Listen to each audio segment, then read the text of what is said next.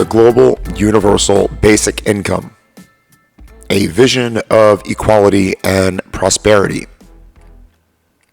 In a world marked by the relentless march of progress, where nations are often bound by their unique identities and interests, the idea of a global universal basic income emerges as a remarkable vision of unity and shared prosperity.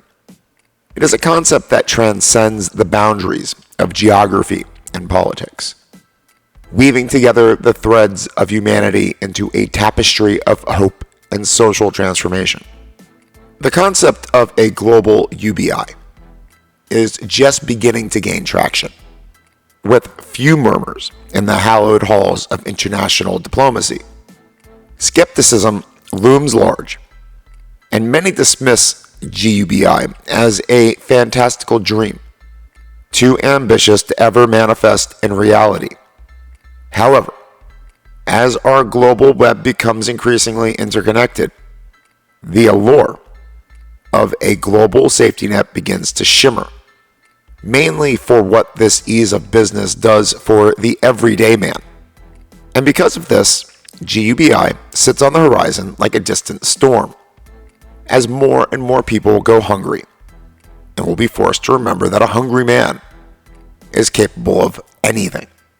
Picture a global unity summit, an assembly of world leaders. Both anticipation and doubt reign, fierce rivalries and geopolitical discord, once the norm, replaced by a shared vision of a bright future. With this, a global UBI, once deemed the realm of science fiction, can sit at the forefront of international discourse. Negotiations are key, because this is a delicate dance where countries grapple with the weighty question of funding.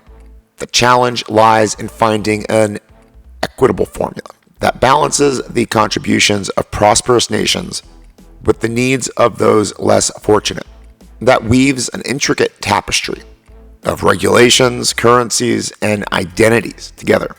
Administrative systems, both technological and bureaucratic, will have to be redesigned to facilitate the seamless flow of funds across borders.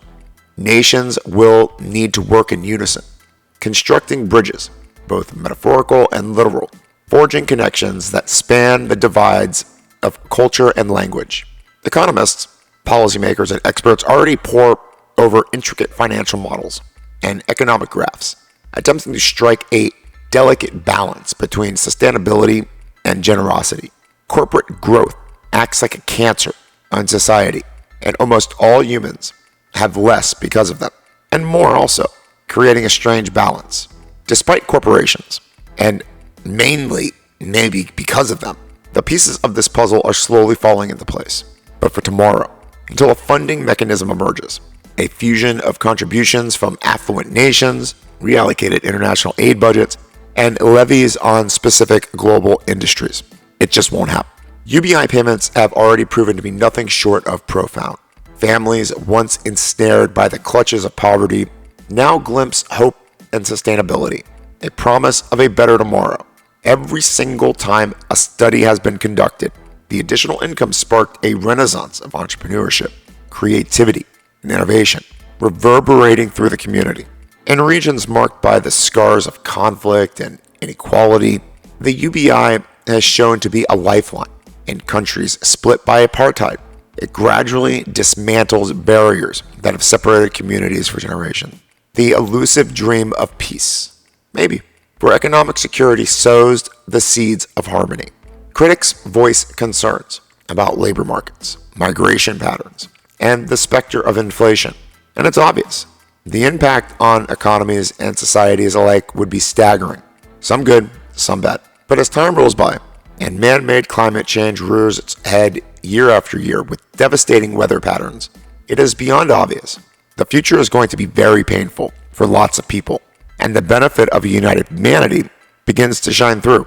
Poverty rates plummet, education flourishes, and healthcare becomes a right, not a privilege.